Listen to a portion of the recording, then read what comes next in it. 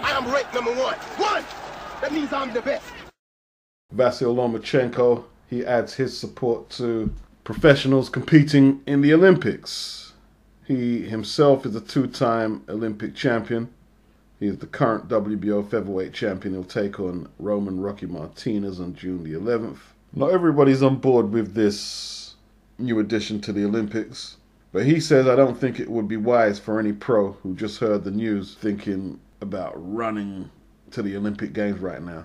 They need time to prepare for it, he said. Mike Tyson also said a lot of pros would find out it's not as easy as they think, because it's a different dynamic of boxing. Just like you have to adjust to the pros, you're going to have to adjust to amateur scoring. It's 3 rounds. So there's no time to pick your shots and pace your fight. No time for that. It's a different sport. People are also missing the point. When top amateurs turn pro, their opposition level drops significantly from when they were amateurs. Has Anthony Joshua faced anyone as good as somebody like Felix Savon? That's arguable as a pro. The Ukrainian also says, he says in 2020 there'll be more pros going into the Olympics, but he says big stars like the Pacquiaos and Mayweathers won't take the risk.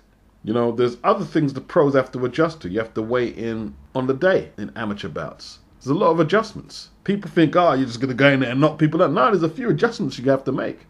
There will also be provisional suspensions, 2016 in Rio. Like there's a Moroccan super heavyweight, Mohamed Jawi.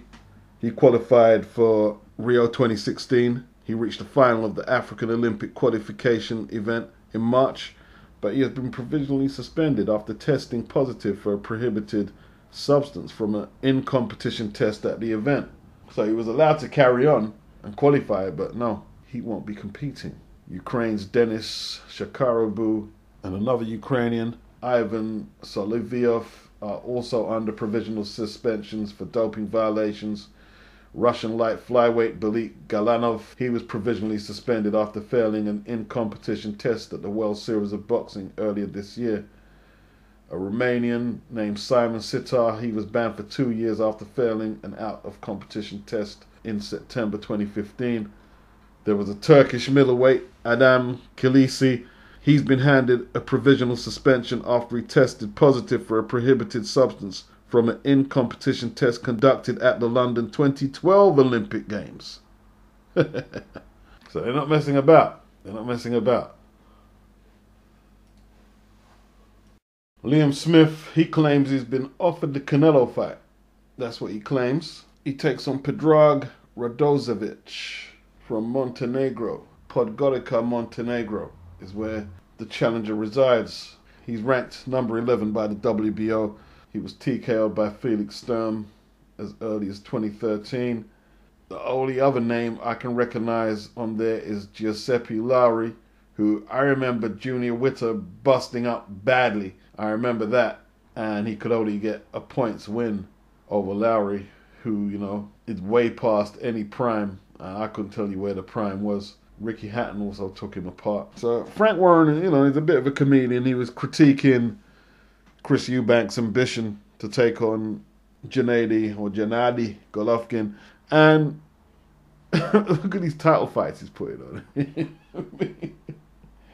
I mean, Leo Walsh's last opponent was absolutely dreadful. Absolutely garbage.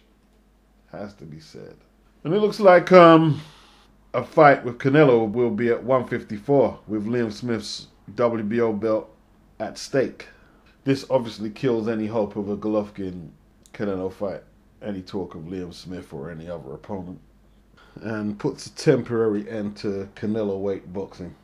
The fight will take place on the 4th, this Saturday coming up, 4th of June, on Box Nation.